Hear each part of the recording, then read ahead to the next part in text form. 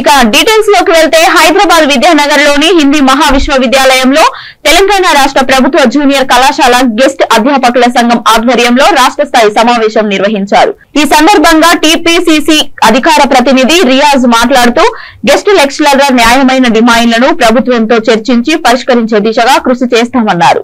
విద్యార్థులకు సరైన విద్యను అందించే దిశగా లెక్చరర్లు విద్యను అందించాలని తెలిపారు. సమాన పనికి సమాన వేతనం, ఉద్యోగ భద్రత కల్పించి సంవత్సరంలోని 12 నెలల సాలరీని అందించే దిశగా ప్రభుత్వం చూడాలని విజ్ఞప్తి చేశారు.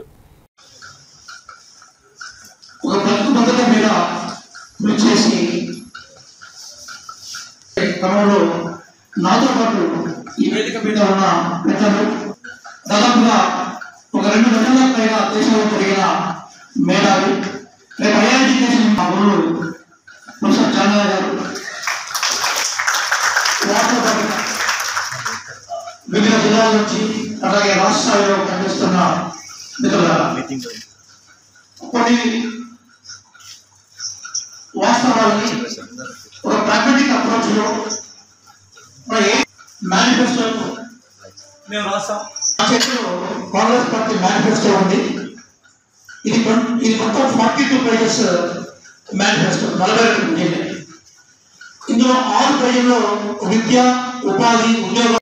తెలంగాణ రాష్ట్ర వ్యాప్తంగా ఉన్నటువంటి 412 ప్రభుత్వ జూనియర్ కళాశాలలో మేము దాదాపుగా 2013 నుంచి ఇప్పటివరకు 10 సంవత్సరాల కాలం నుంచి గెస్ట్ ఫ్యాకల్టీగా మేము సేవలు అందించడం జరుగుతుంది.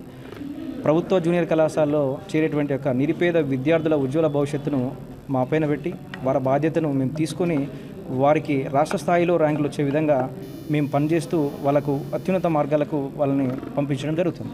కానీ ఇక్కడ ఏమవుతుందంటే గత ప్రభుత్వ పాలనలో మమ్మల్ని విస్మరించి మేము ఏమడిగినా కూడా చేయకోకుండా మేము సంవత్సరంలో 12 నెలలు పని ఉంటే దాంట్లో మాకు వచ్చే శాలరీ మాత్రం 6 నెలల నుంచి 7 నెలలు మాత్రమే కేవలం చెల్లించారు. మిగతా శాలరీస్ సంబంధించిన వాటిలలో రెన్యువల్ పేరు మీద కొంచెం లేట్ చేయడము, జూన్లో కళాశాలలు స్టార్ట్ అయ్యి మార్చిలో ఎండ్ అయితే మాకు జూన్లో శాలరీ ఉండదు, జూలైలో శాలరీ ఉండదు. ఈ విధంగా రెన్యువల్ ఎప్పుడో ఆగస్టులో ఇచ్చి ఆగస్టు నుంచి శాలరీస్ ఇచ్చి అవి కూడా అరాకొర శాలరీస్లో రావడం జరుగుతుంది. ఇంకపోతే అవి కూడా ఇర్రెగ్యులర్గా ఎప్పుడో 2 నెలలకు ఒకసారి 3 నెలలు. తెలంగాణ రాష్ట్ర వ్యాప్తంగా ఉన్నటువంటి ప్రభుత్వ జూనియర్ కాలేజీలలో గత 10 సంవత్సరాలుగా మేమంతా కూడా గెస్ట్ లెక్చరర్లుగా పనిచేయడం జరుగుతుంది.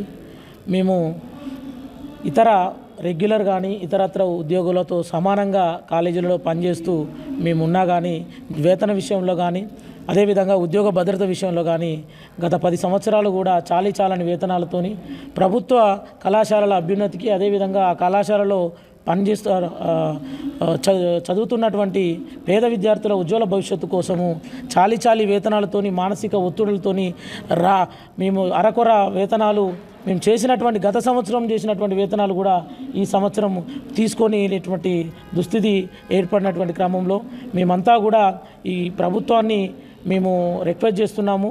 మేము అందుకే హైదరాబాద్ కేంద్రంగా రాష్ట్ర నలుమూలల నుంచి దాదాపు 1000 మందికి పైగా